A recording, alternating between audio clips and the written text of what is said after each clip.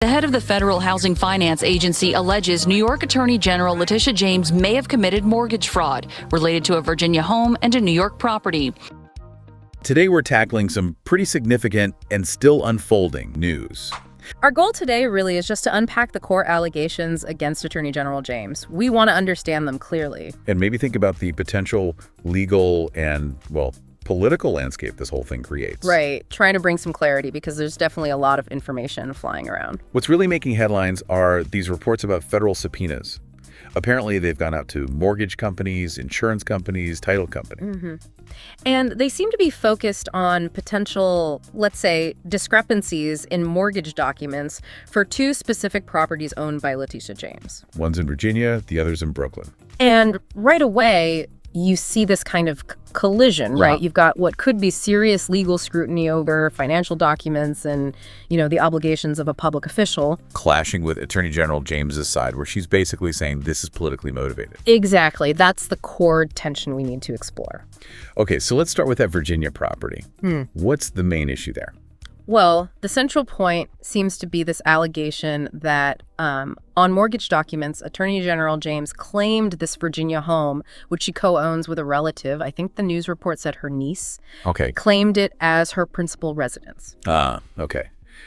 And that immediately flags a couple of things, doesn't it? It really does. Because, as the Attorney General of New York State, she's legally required to live in New York. Right. So if she claims Virginia as her primary residence for the mortgage, well, it creates this dilemma. If that claim was true, then her eligibility for the AG job seems questionable, right? But if the claim wasn't true, then, well, that could look like misrepresentation on a loan application. Mortgage fraud, potentially. It's a bit of a catch-22 situation. Sort of, yeah. And adding to that, there's this news about the director of the Federal Housing Finance Agency. Yeah, the news segment mentioned he's a former Trump fundraiser. That's what was reported, yes. And he apparently sent a formal criminal referral straight to the Justice Department. Wow. Specifically asking for an investigation into potential mortgage fraud connected to this Virginia property. That's a significant step. That definitely feels like an escalation. It does. And it was interesting. The news report also mentioned an accountant, Sam Antar. Apparently, he'd raised flags about these property records even earlier. Oh, really? Yeah. His take apparently was basically outlining that same choice. Either Virginia was her main residence, making her ineligible for the New York job, or it wasn't, which points to a potential issue with the mortgage application itself.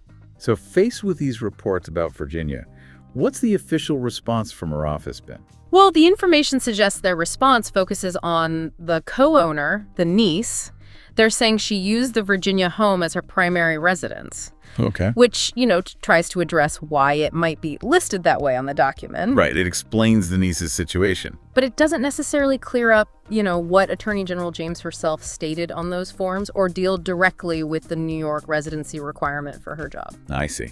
So it answers one part, but maybe leaves other questions open. Right. Okay, let's pivot to the Brooklyn property then. What are the claims surrounding that one? So the Brooklyn issue revolves around a reported difference between old city records and how the property was allegedly described for mortgage purposes. Okay. Reports say that city records back in 2001 listed it as a 5-family dwelling. 5 families. Got it. And typically, a building with 5 or more units like that, it's usually treated as commercial property, which generally means needing a commercial mortgage, not a standard residential one. And the alleged issue is that she listed it differently. The claim is that she listed it as a 4-family unit on her mortgage documents. And why does that distinction, 4 versus 5 units, actually matter financially? Is it a big deal? It can be, yeah. A really big deal, actually. Properties with 4 units or fewer often qualify for, let's say, better loan terms through places like Fannie Mae and Freddie Mac. Like government-backed loans.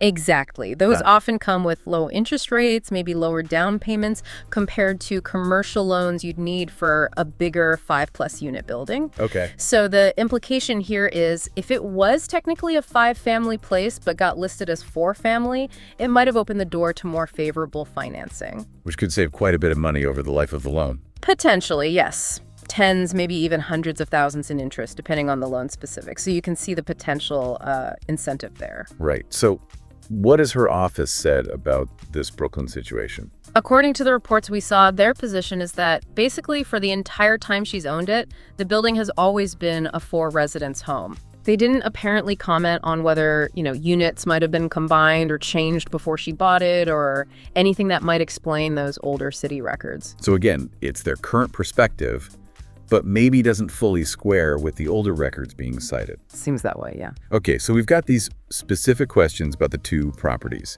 Let's widen the lens a bit now to the legal and political context surrounding all this. The subpoenas we mentioned earlier that signals things are getting serious, right? This isn't just talk anymore. Oh, absolutely.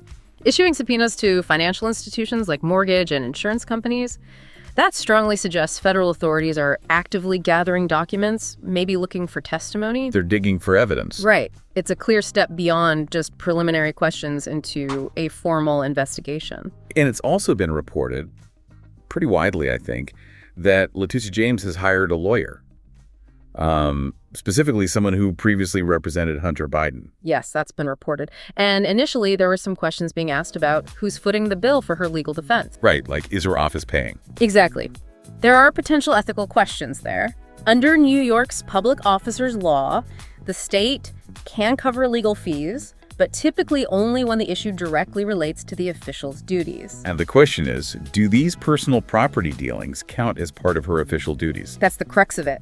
And what's also noteworthy is that the Attorney General herself actually has a role in deciding whether these kinds of legal costs get covered by the state. Oh, wow. So she could potentially be involved in deciding if her own legal fees get paid by taxpayers. It certainly raises that potential conflict of interest question, yeah, if the issues aren't clearly tied to her job performance. That's a really interesting wrinkle. Now, turning to the politics of it all, Attorney General James hasn't exactly been quiet in response, has she? No, not at all. Her public statements, as reported, frame these investigations as political retaliation. She's used phrases like the Trump administration weaponizing the federal government. And called it a revenge tour because of her civil case against Donald Trump. Precisely. And on the flip side, Donald Trump has also been very public. The news report mentioned him calling her a crook on social media. Yeah. It just highlights how incredibly politically charged this whole situation is. It really does. You have this ongoing investigation tangled up with a very public, very bitter history between James and Trump. It just inevitably leads people to question motives on all sides. Right. One commentator in that YouTube video even threw out some speculation suggesting maybe James felt less under the microscope in 2023 with a Democrat in the White House, perhaps leading her to be less cautious. Now, that's just speculation, obviously, but it shows how the political context is shaping the conversation. We also heard from that white-collar crime attorney, Brad Simon. He seemed a bit cautious about the criminal referral itself. Yeah, his comments, as they were reported, kind of expressed a desire for a really fair, objective investigation. He seemed to raise questions about whether the referral itself might have been pushed by political motives. So, questioning the source of the push for investigation. Right. It just underscores how tough it is to separate legitimate legal questions from possible political gamesmanship in situations like this. And one more point that was raised, something about her office giving information to the New York Times. What was the concern there? Yeah. The potential issue someone pointed out was that by actively putting information out there about an investigation into her... While it's ongoing. Right. It could possibly put her own staff members in a tricky position where they might end up being seen as potential witnesses by the Department of Justice investigators. I see. It's like a strategic thing about managing information and protecting your team. Kind of, yeah. Just another layer to consider in how this is all being handled. Okay, so bringing all these threads together now, what do you see as the main sort of broader implications here? Well, they're potentially pretty significant, I think. I mean, first off, the very possibility of criminal charges against a sitting state attorney general is, frankly, extraordinary. That alone has huge implications. Then you have the situation sitting right at the crossroads of, intense political fighting and the actual legal process. It forces us to ask hard questions about fairness and impartiality in the justice system. How do you keep those separate, or can you? That's the question, isn't it? And just more broadly, it really highlights how crucial accuracy and transparency are, especially when it comes to financial dealings and official documents for people in positions of public trust. Okay, so let's try to sum up this deep dive. We've got federal authorities reportedly looking into Letitia James over potential mortgage fraud. This involves claimed discrepancies in property records for homes in Virginia and Brooklyn. Right. And this investigation follows a formal criminal referral and reports of subpoenas being sent out. But at the same time, Attorney General James is forcefully arguing that this is all political payback, essentially. Exactly. And it's just so important for everyone listening to remember this is an active investigation. As far as we know, no formal charges have been filed. Right, nothing proven yet. Nothing proven. The outcome is still very much up in the air. What we're seeing right now are allegations, counter-allegations, all playing out in a really polarized political environment. It definitely makes you think about that complicated dance between legal checks and balances and, well, political pressure. What does a case like this suggest to you, listening out there, about accountability for public officials?